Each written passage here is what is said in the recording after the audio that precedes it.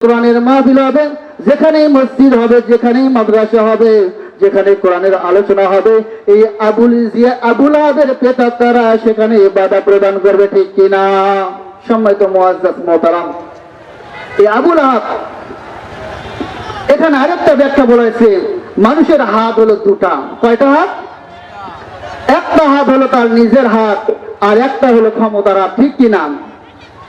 দুইজন ব্যক্তি, এক ব্যক্তি শারীরিকভাবে খুবই শক্তিশালী কিন্তু ক্ষমতার হাত দুর্বল, আরেকজন ব্যক্তি ক্ষমতার হাত সবল কিন্তু শারীরিকভাবে দুর্বল। দুই ব্যক্তি মারামারি লেগেছে। যার গায়ে শক্তি আছে সে বলছে মারামারি লাগে, তাকে আঘাত করেছে, ঘুষি মেরেছে, যা হবে আগে তাকে আঘাত করি। এই শারীরিক শক্তিশালী ব্যক্তিটা ওই দুর্বল মানুষকে আঘাত করেছে, কিন্তু সে শারীরিকভাবে দুর্বল কিন্তু ক্ষমতার দিক থেকে সবল। লোকটা পড়ে গেছে।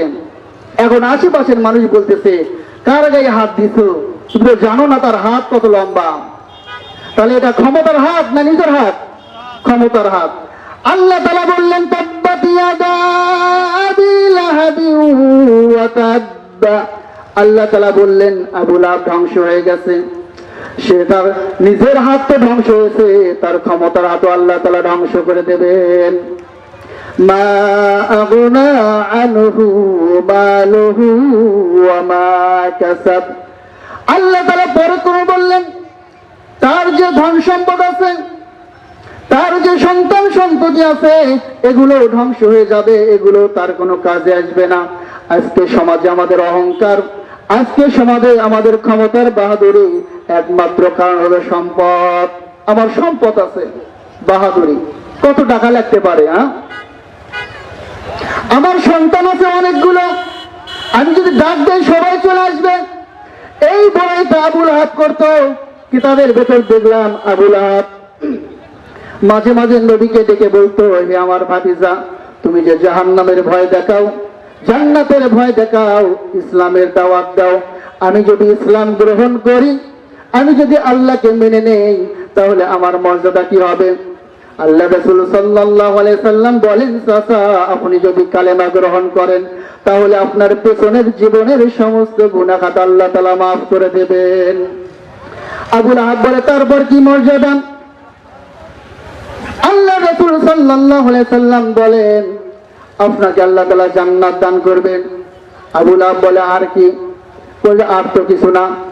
আবুল আহাব বলে, তাব্বাল্লাকা দীনি, তোমার এই দিন ধ্বংস হোক যেদিন আমার মতো আবুল আহাব, আমি হলো মক্কার অর্থমন্ত্রী, আমি হলো ক্ষমতাশালী প্রভাবশালী, যেদিন আমি আবুল আহাব অর্থমন্ত্রীকে আর সাধারণ মানুষকে এক করে দেয়, সেই দিন ধ্বংস হয়ে যাক। নাউযুবিল্লাহ। গর্ব করতো, হে মুহাম্মদ সাল্লাল্লাহু আলাইহি সাল্লাম, তোমার আল্লাহ যেদিন আমাকে ধরবে, আমার অনেক সম্পদ আছে, সন্তান সন্ততি আছে, আমি এগুলো দিয়েই পার হয়ে যাব, পারলে তুমি আমার কাছে সাহায্য চাও। নাউযুবিল্লাহ। এক নম্বর বেয়াদব এই আবুল আহাব।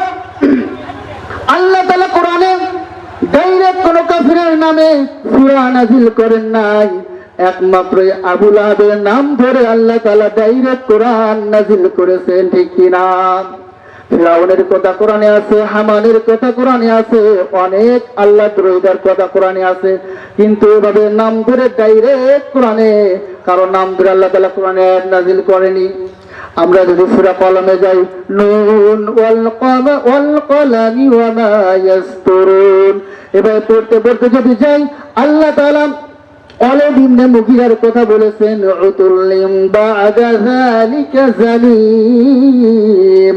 ওয়ালিদ ইবনে মুগীরার কথা বলে, হে রাসূল, আপনার ইসলামের বাধা তো সেই দান করবে, কারণ সে হলো উতুল্লিম মিন বা'দি যালিকা জালিম, তার জন্মের কোনো ঠিক নাই।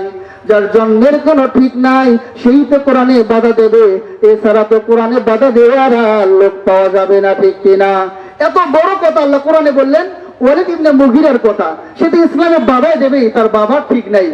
এই কথা কার? আল্লাহ তাআলার। কিন্তু তারপরেও ওয়ালিদ ইবনে মুগীরার নাম আল্লাহ তাআলা